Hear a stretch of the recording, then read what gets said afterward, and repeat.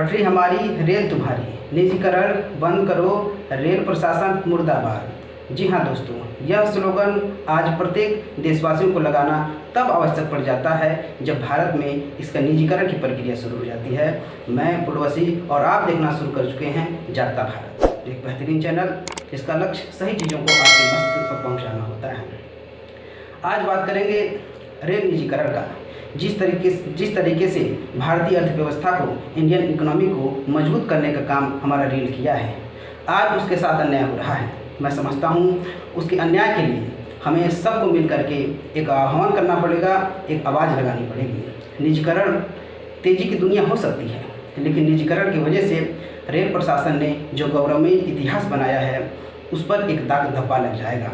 उस दाग धब्बे को रोकने के लिए और रेल कर्मचारी जो 17 लाख रेल कर्मचारी व्यवस्था में लगे हैं, उनके के लिए, रेल के सम्मान के लिए हमको अपने साथ मिल करके एक स्वर में, एक आवाज़ में यही कहना पड़ेगा, निजीकरण बंद करो, निजीकरण बंद करो। मैं इस तथ्य को जब आगे बढ़ाता हूँ तो वर्तमान की स्थितियाँ मुझे हलाहल कर देती हैं। जैसे कि रेलवे की जो भर्ती प्रक्रिया चल रही है, फरवरी 2018 से ही भर्ती की प्रक्रिया भी चल रही है, अभी कंप्लीट नहीं हो पाई है।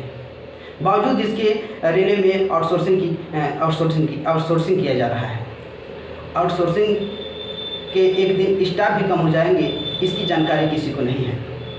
माननीय नरेंद्र मोदी जी अपने लोकप्रियता को और सम्मान को इस तरह से बढ़ा रहे हैं, उनकी शायद लोकप्रियता ही है जो भारतीय रेलवे निजीकरण के दौर में चला जा रहा है। मैं ये कहना चाहता हूं कि 109 रूटों पे 151 ट्रेनों को प्राइवेटाइजेशन करने का निर्णय उन लोगों ने लिया है। अब आप देखिए, इसको संकट को अवसर में बदल रहे हैं। अवसर कौन सा ले रहे हैं? तो देश को बेचने का अवसर ले रहे हैं। कोरोना के महामारी से लोग परेशान हैं। चीन वहां पर बॉर्डर पे आ गया है। नेपाल जैसा देश गोलीबारी कर रहा है, उस पर बोलने को तैयार नहीं है। अमित शाह जी जब कोरोना भयंकर स्थिति में था तब बोल नहीं रहे थे, अभी कोरोना के बारे में बोल रहे हैं। चीन के बारे में पूछा तो बोला कोरोना के बारे में बोलेंगे। मैं आपसे कहना चाहता हूं, नरेंद्र मोदी जी ने देश को बर्बाद करने की सुपारी ली है, देश को बेचने की सुपारी ली है और उपक्रमों को कमजोर करके देश को कमजोर करने का काम कर रही है। मैं आपके माध्यम से मीडिया को भी हाथ जोड़ के कहना चाहता हूं, आप सवाल पूछने वाले लोग हैं। अब अगर आप चुप रहेंगे तो देश जो बिक रहा है, इसके लिए कहीं ना कहीं मीडिया भी जिम्मेदार रहेंगी। प्रधानमंत्री को आपने सवाल जरूर करना चाहिए। आप लोकतंत्र का चौथा स्तंभ है। अगर आज आप चुप रहे तो आने वाली पीढ़ी आपको कभी माफ नहीं करेगी। लगातार जारी रहेगा जब तक मोदी जी देश को बेचने का लगातार काम करते रहेंगे, तब तक हम कहते रहेंगे। मैं तो उनके अंधभक्तों से भी कहना चाहता हूँ, अगर आप उसके सपोर्टर है तो उससे पूछो कि ये जो चीजें बेच रहा है, इसमें उनका क्या योगदान है बीजेपी का? कभी रेलवे को बनाने में उनका योगदान है? कभी LIC को आगे बढ़ने में योगदान है? BSNL को जियो के दरवाजे पे बांध दिया है, उसमें योगदान है? मैं तो कहना चाहता हूं, पूंजीपतियों को हाथ में बेचने के लिए प्रधानमंत्री बने, देश को आगे बढ़ाने के लिए नहीं है। और एक बात आपसे कहना चाहता हूं, अगर यह देशभक्ति है तो यह देशभक्ति अगर है तो देशद्रोही कौन है फिर? सबसे बड़ा देशद्रोही नरेंद्र मोदी है। जो पुराने प्रधानमंत्रियों ने, लोगों ने खून पसीने से, देश के जनता ने इन उपक्रमों को आगे बढ़ाया, उन उपक्रमों का अगर बेचने का काम कोई करता है तो इससे बड़ा देशद्रोही कोई नहीं है। ऐसे देशद्रोही के हम बर्दाश्त ना करते और लगातार इसके खिलाफ में युवा कांग्रेस प्रदर्शन करती रहेंगी। रेलवे ने पिछली भर्ती को पूरी तरीके से ज्वाइन नहीं करा पाया है। फरवरी 2018 में निकली वैकेंसी आज तक एक अंतिम लक्ष्य तक नहीं पहुँच पाई है।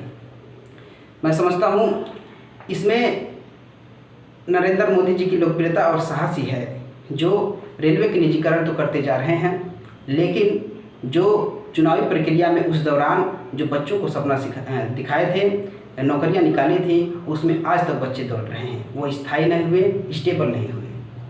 तो मैं आप सभी से अनुरोध करता हूं, जो रेलवे का निजीकरण हो रहा है, जो रेलवे में भर्तियां अभी तक रुकी हैं, पूरी तरीके से कंप्लीट नहीं हुई हैं, इन सबको एक साथ लेकर के हमें आवाज़ उठानी पड़ेगी, खासतौर से जो रेलवे का निजीकरण हो रहा है। और साथ ही साथ मैं एक बात जोड़ना चाहता हूँ, गाइड करियर संस्थान जागता भारत का कुछ सदस्य, जो बेहतरीन सदस्य हैं, इस संस्था को चला रहे हैं। ये शिक्षण संस्थान है, यहाँ पर बच्चों को एजुकेट किया जाता है। यह ऑनलाइन व्यवस्था है। ये वीडियो के डिस्क्रिप्शन में इसका लिंक मिल जाएगा।